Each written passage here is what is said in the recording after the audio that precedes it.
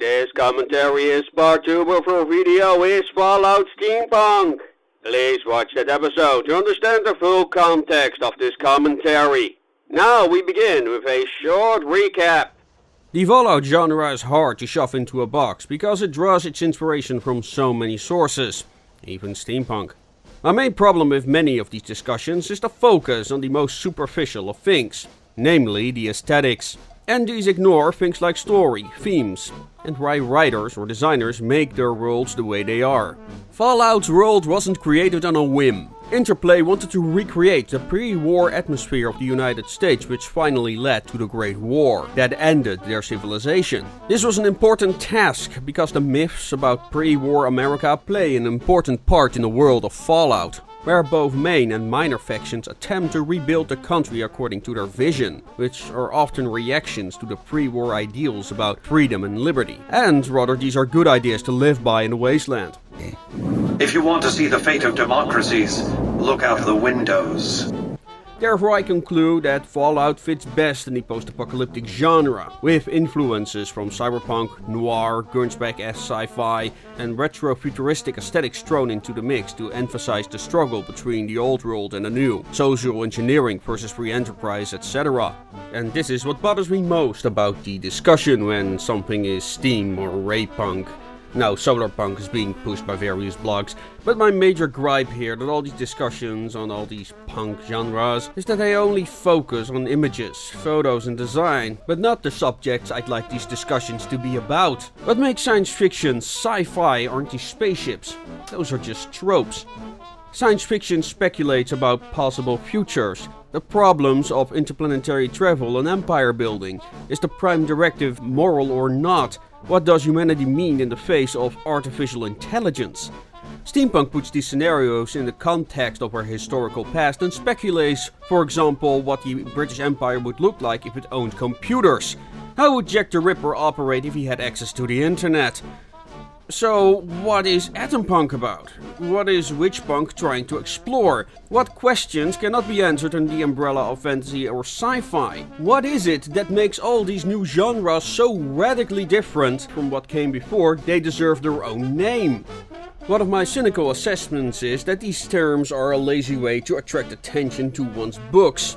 Hey everyone, I invented a whole new genre! The truth is, we haven't made any original stories since antiquity. We just applied known stereotypes to current day events and developments. People just couldn't write science fiction in the Middle Ages because of the motto of memento mori. There was no demand for future prediction because they didn't imagine a future for humanity to begin with. They were more concerned with morality because it affected their afterlife. Modern society, however, has become obsessed with the future. We see this both in the environment debate and how companies present their future products on events like E3. I got a little sidetracked there, but you get my point, right? We have become obsessed with the new. New things mean new products and genres to consume. But new doesn't mean better. It just might be more relevant to current discussions and developments in society. So, that being said, maybe I should be more charitable, but they failed to convince me that all these genres are necessary. But a lack of necessity never stopped humans from making up problems that didn't exist yet. And this is what marketing does. And marketing is one of the forces that convinces us we need new genres. But why do we need to classify Wild Wild West as steampunk? Why reclassify Godzilla as atompunk? First of all, we are human beings who are pattern-seeking animals and therefore are obsessed with categorizing things. Second, it is practical because it allows us to use these categories as linguistic shortcuts when pitching our products. Yes, art is a product too. So these punks could be used as general descriptions of fiction. Useful in the short term, but can cause problems in the long run. But before I get into that, I want to emphasize something. I'm not saying new genres are illegitimate. It is my opinion that these are presented in a bad way. Now, I'm not happy with the name steampunk. It invokes a very specific image, that of cyberpunk in the past with steam engines. And that inclusion of steam is what causes all the debates. Like writers demanding that steam engines need to be included in a story for it to be steampunk. And if I didn't include that, it needs to be called something else. And my reaction to that is, I don't care. I care about the cyberpunk in the past part. And that changes the entire discussion, doesn't it? I don't blame Jeter for this, by the way. I think they were just clowning around when they popularized the term steampunk, but that is what caused a cascade of new genres in the 2000s. There's a dangerous trap here. Take the discussion on music and steampunk. Many, if not most bands, don't call their music steampunk. They just make music that steampunks happen to enjoy and are given a platform within the community. The last thing these artists want is to get pigeonholed in a single genre. People tend to interpret such words in very rigid ways. Think about it.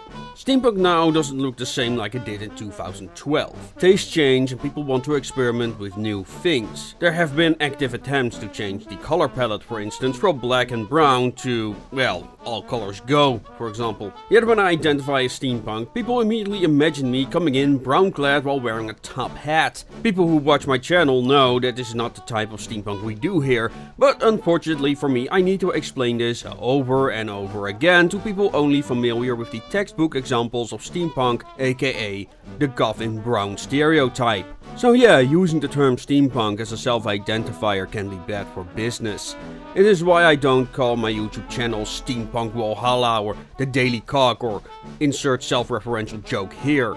If I use steampunk on my channel name, maybe I may have been better known within the community itself, but I don't want my audience to be just them. I want an audience that are interested in retrofuturism in a critical way so it can be used to make the world a little bit more imaginative.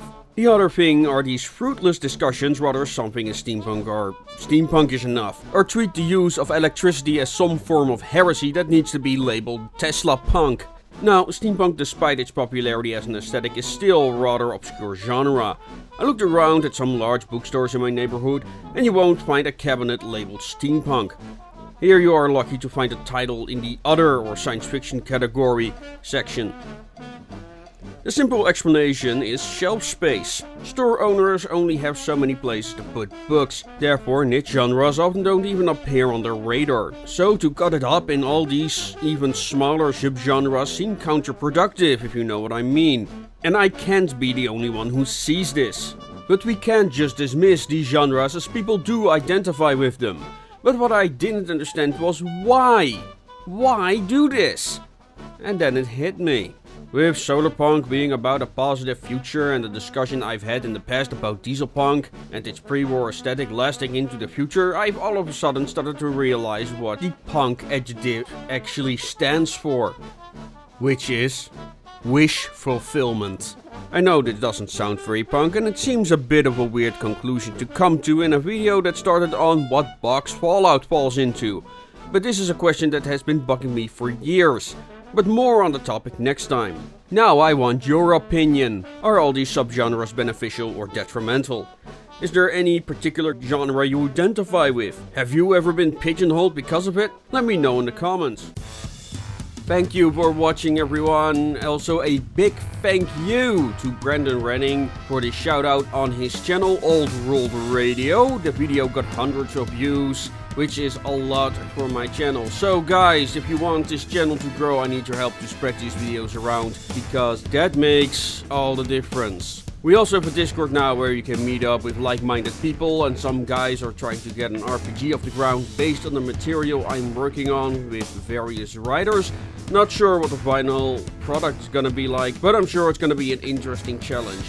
But first I intend to finish Radio Retro Future for Fallout. Also new episodes of the Steampunk Beginner's Guide will be released somewhere in August, for realsies this time. We have a new live stream this Wednesday with a new guest, so also stay tuned for that. And as always, make it your way.